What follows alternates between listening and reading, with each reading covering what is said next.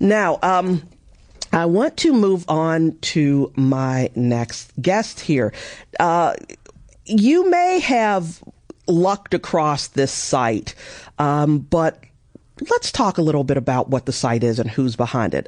Back in 1995, a Black MIT alum and native of Bed-Stuy, Ken Granderson, he decided to use his technical skills to benefit communities of color and help use that technology to bring these folks into the information age. So back in 1997, as the internet started to gain use by the public, Ken created Blackfacts.com.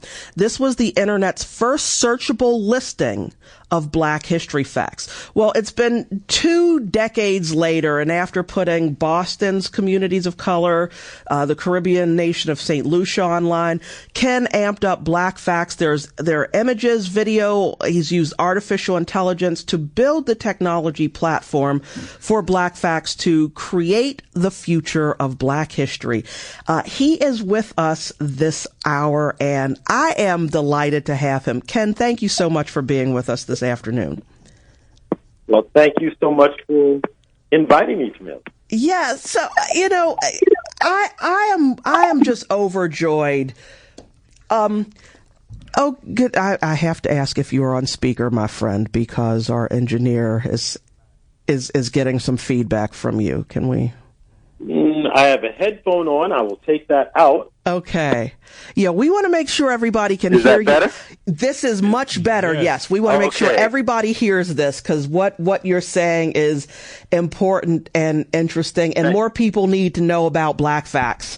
So, okay. Thank you. Mm-hmm. One of the things that is completely impressive to me, and I have to be honest. I mean, if you're in a trivia contest to the death and Black history is one of the categories, you want me on your team. I am going to do really well to keep us alive in a trivia to the death contest. However, when I go on Black Facts, there are so many people that I either haven't heard of or I know so little about, where I go, oh wait, that was somebody who was had something to do with prosecution, I think. And I just love the fact that the breadth and the depth is here. And, you've I know I've cited you, in the past. I know I've used blackfacts.com, to find, to find interesting facts and history and whatnot. And you keep adding to it. So thank you, first of all. And, you're doing better than most history instructors in this country. Thank you for your kind words. Let me say, I'm not a historian, and I don't play one on the internet. But what Black Facts seeks to do is to find and organize Black history information. So any individual teachers, we know, because we live in reverse priorities world, our teachers are not given the kind of resources that they need to find information from all over. So they're limited. Whereas, what we do is, when we find new information, we pull it into this one place. So, and hopefully, as long as the teachers, or once the teachers know that Black Facts is there, all they have to do is go there, and then they will be able to share that information with the students. I'm looking at the site and today's history. A little bit of the legacy from which I come. In 1942, Charlene Hunter Galt, journalist, was born in Due West, South Carolina. Now, Charlene Hunter Galt is someone who I actually have worked with. We spent some time together at NPR. I was a very low level assistant producer at the time. She called in some stuff, and did you ever work with Charlene? I did indeed. David Rabin? She was filing for South Africa, and for Newscast. Yeah, so absolutely. Today's her birthday. So shout out to happy birthday, Charlene. And you would only get that information from Black Facts. I mean, unless you're a Facebook friend or something, right? But you know what? It gets better, because in the past we've had to rely on some publishing company or PBS to decide that someone was worthy of, being the subject of a documentary, etc. With Blackfacts, because we're putting the power of sharing our story in the hands of folks, you can search for Jamila Bay, and guess what? She's in there. Oh my goodness! Oh my God. Because you are very unique. You are making an important contribution, and I like to say that being part of Black history doesn't require that you are dead. Thank you. a president or have a lot of dead presidents. Yeah. There are many people that we know and work with today who are going to be the heroes and sheroes that people celebrate in Black History Month down the road. We're interested in sharing achievements of people of African descent that will inform and inspire folks, no matter whether they made the news or not. Mm-hmm. Well, I want to address, frankly, what I think is a very sadly overlooked point, in that, okay, so as a Black graduate of MIT, unicorn, this site uses artificial intelligence, unicorn, to help to continue to tell the stories, and to share the knowledge and information that Black folks, not just enslavement and hence, history long before that, and not just history here in these Americas, world history, because frankly, everywhere there have been people, there have been Black people. So I love the fact that this is a resource that doesn't require a connection to enslavement for people to learn anything. So that's not a question. I just want to praise you again for that. No, well, thank you. Thank you. And you know what? Something that I saw, I think was a friend on LinkedIn maybe had shared yesterday, is that slavery is not African history. Slavery interrupted African history. That, you know what? I'm writing that down, and that is so true. Yes. When we consider when we consider this site and the work that you've done around it, I would just love to hear the story of how Blackfacts came to be, because I remember in the early aughts, back when we were surprised that Y2K didn't kill us all. I remember going to this site and reading through it and being enthralled with it. And, years later having the opportunity to meet you, the person who came up with it, and connecting after you went back to Boston. Oh my God, that's who came up with Blackfacts. So, how did you decide to take this course of action and do this site? Sure. Well, I will gloss over some of the details, because I know, I imagine our time is limited, and I've documented my journey at KenGranderson.com, which really starts off from creating software and having what I would consider like a transformative experience of putting some software out on these dial-up bulletin boards that were popular before the internet, and being able to sell enough of them to be able to quit my tech job. And because some of the customers were actually in South Africa, this is 1992, 93, I said, wow, this whole computer thing, this is really a meritocracy. There was no one to keep me out. I had checks showing up in the mail. I'd go to the door. There was no man with his boot on my neck. No one was stopping me. And I said, wow, this is a brand new thing. This is a brave new world. This is an opportunity for some of us who come from backgrounds where we've been kept out of things, whether it was Jim Crow, redlining, all these sort of things, to start. Everyone's starting at the same point. Go. And so I founded a company. I called it Inner City Software.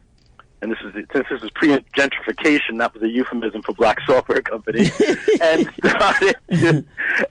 started to try and create software that was intended to help people of color by making technology culturally relevant. Help people of color look at this brand new thing that's new to everybody and say, you know what, maybe I can play this game too. So in 1995, I tried to get a book on Boston's Black history into the Boston public school system. I got the rights to digitize it and all, put it on CD-ROM. Because of politics, that never, happened, but in 97, there's this thing called the Internet that was starting to pick up steam in the world outside of us nerds. And I said, hey, there were some public domain lists of Black history facts circulating. I said, you know what? Why don't I take this stuff and put it into a website where people can look up Black history things? And it literally was my first website. And as far as I can tell, I'm making the claim until someone can document something else, say something otherwise, that it's the first searchable Black history website of its kind. And if you go to web.archive.org, the Wayback Machine, you can see pages that date back to 1997 of Blackfacts. So, back then it was just text. And we had an email discussion group of several hundred teachers that, talked about things and put things in, et cetera, et cetera.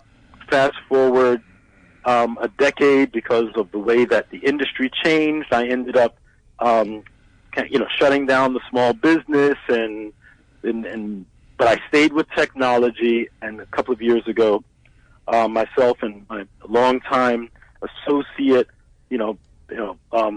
friend, partner in several efforts, that if you go on YouTube and look up Inner City Software, you'll see our playlist of news stories. And in '96, you'll see Dale Dowdy, who he's the CEO. I'm the CTO, because he's great at doing the business stuff, and I'm happy to stay behind the computer. So, we said, you know what? It's time. Every year we'd say Black History Month is coming. We really need to do something with Blackfacts. We ended up deciding to do something with Blackfacts. And so that's when we did, we found some images and did all the stuff that you see now.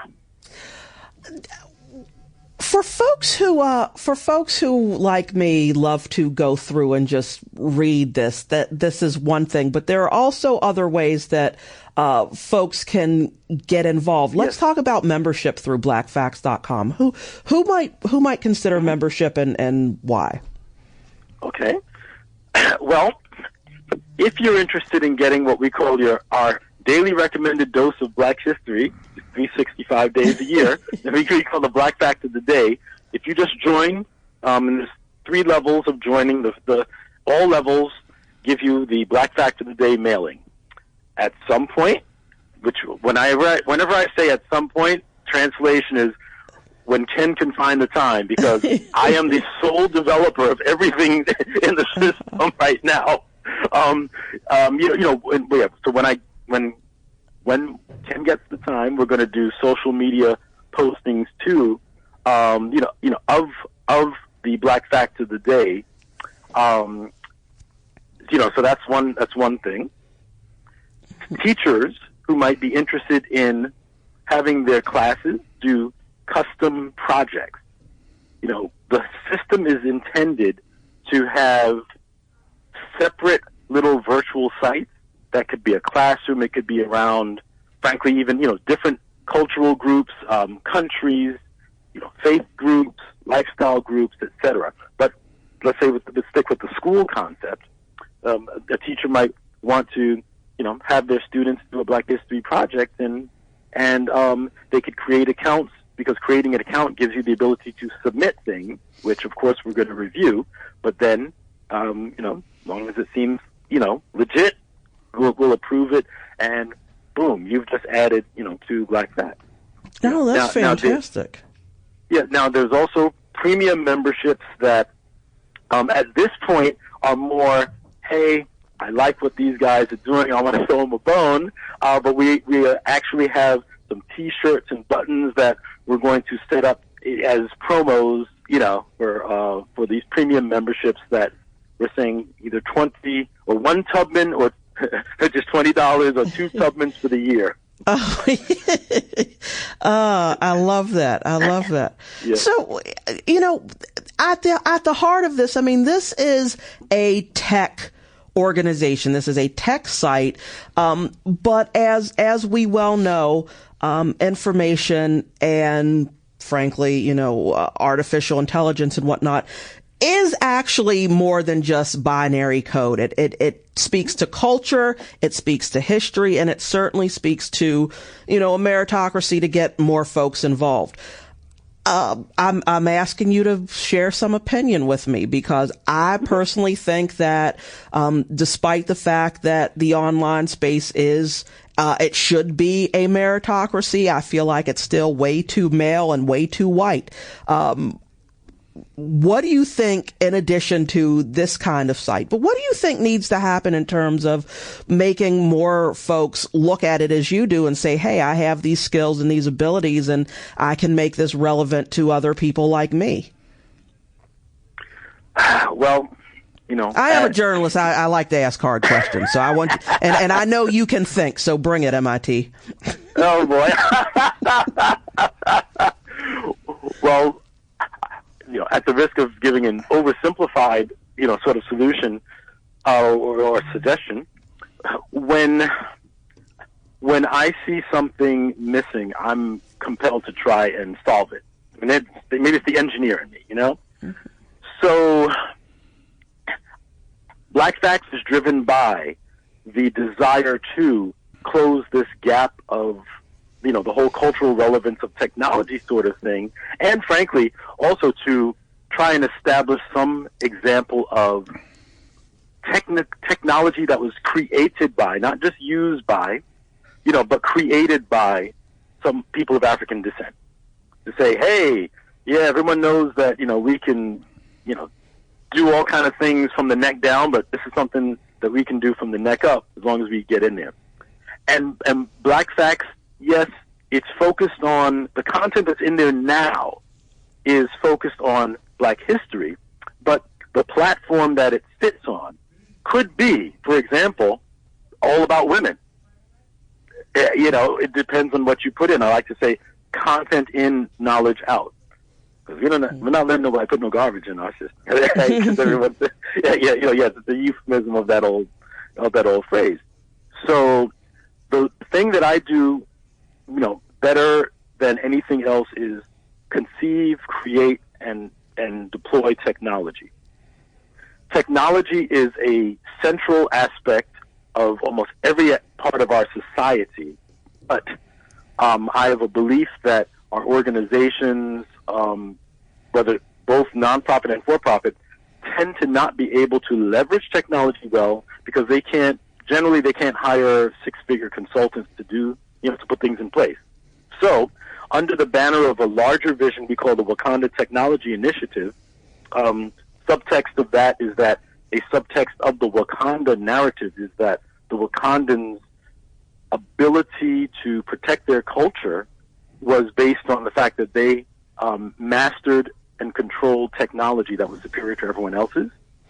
So the one thing I can do, I don't have money, I don't have a big voice or whatever, but I have the ability to create technology that can power the organization that the people who are the boots on the ground on the front line can use to run their organizations, to share their information, to inspire, whether it's the young people, the older people, etc.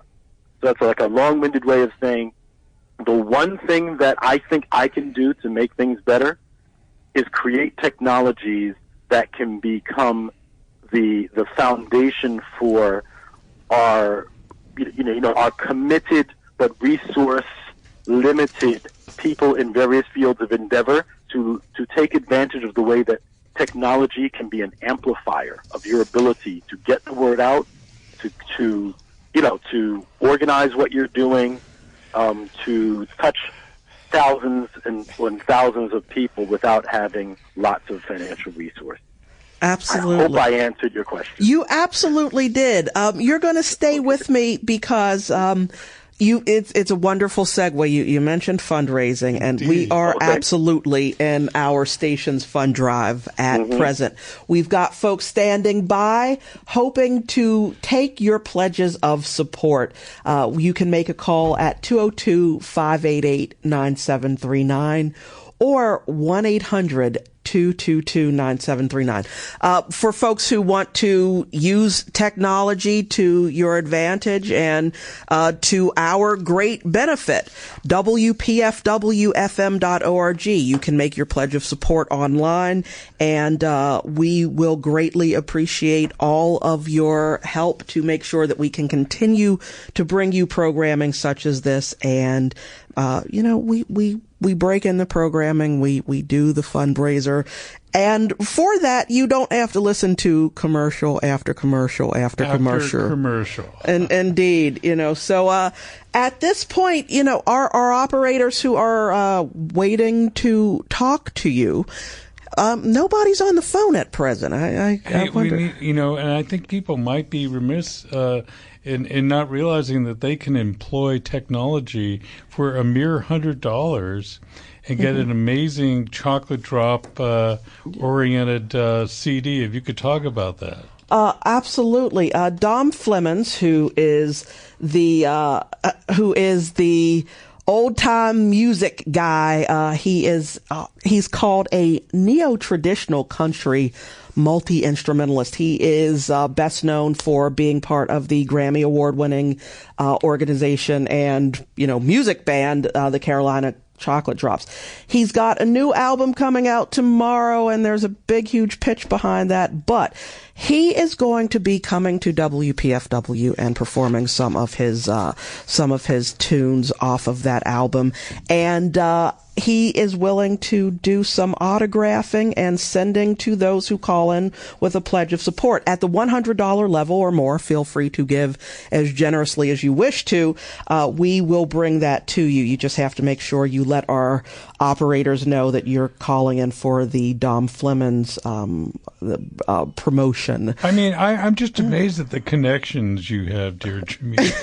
If you get the Black Notes creator on here. Yeah, And now you got you're going to be able to get, it's going to be a collector's item, I believe. I bet it will CD, be. And you can show it off, you can frame it, maybe play it once in a while.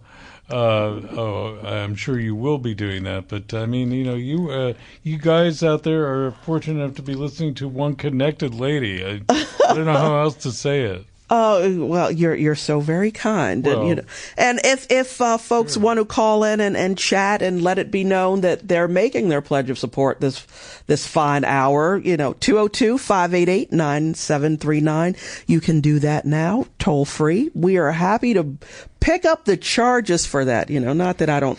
I mean, in the days, I guess, where there were a bit of a stretch. In the days where there was long distance calling and, you 1-800-222-9739, because you were calling from out of the area code. I mean, we want it to work and make it as easy as possible.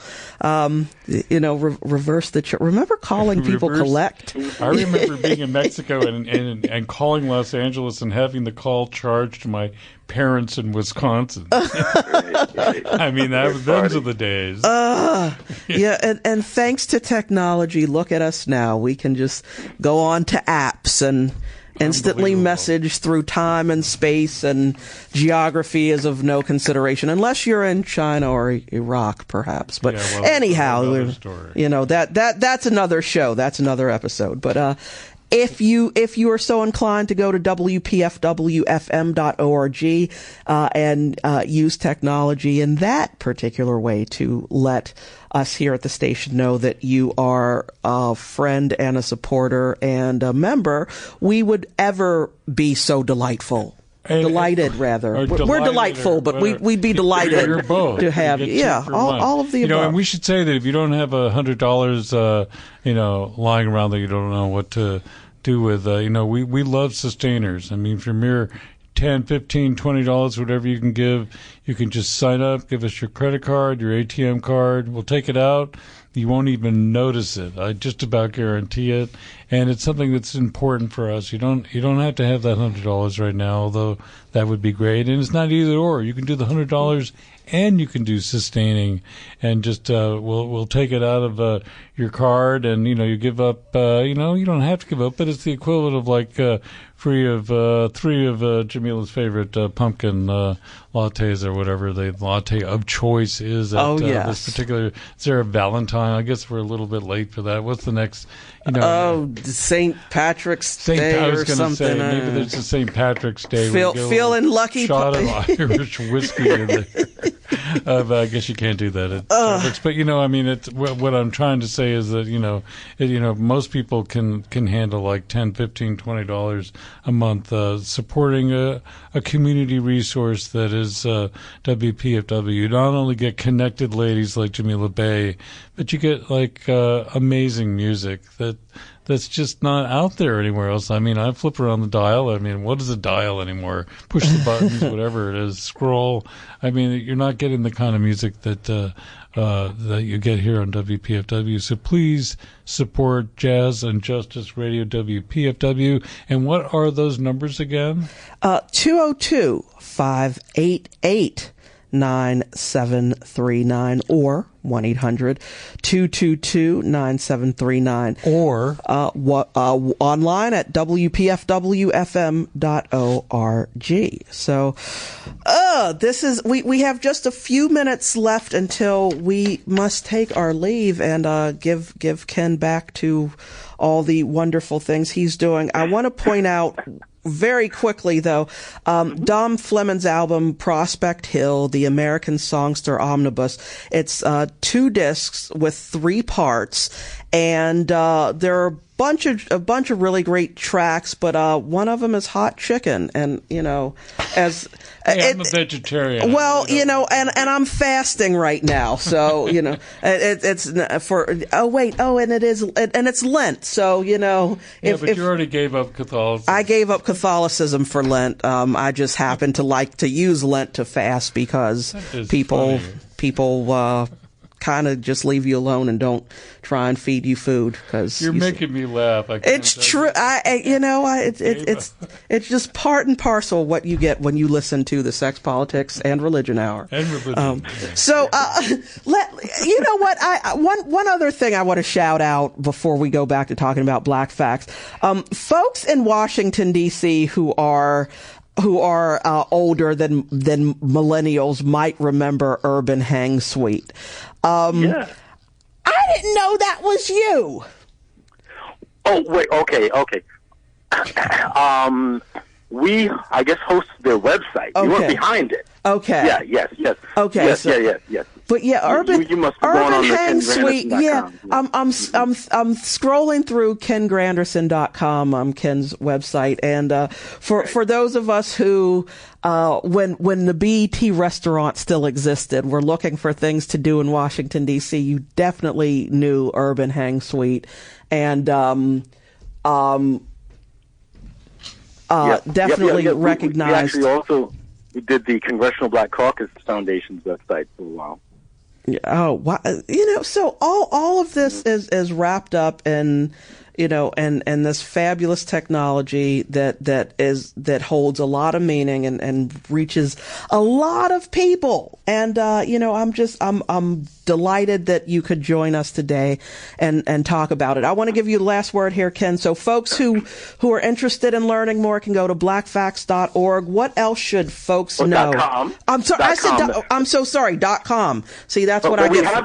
We have the .org, but we're not using it yet. Okay. But anyway, yes. All right. So I see, that's what I get reading my notes on my phone. Okay. All right. So I want to thank you so much for being with us today.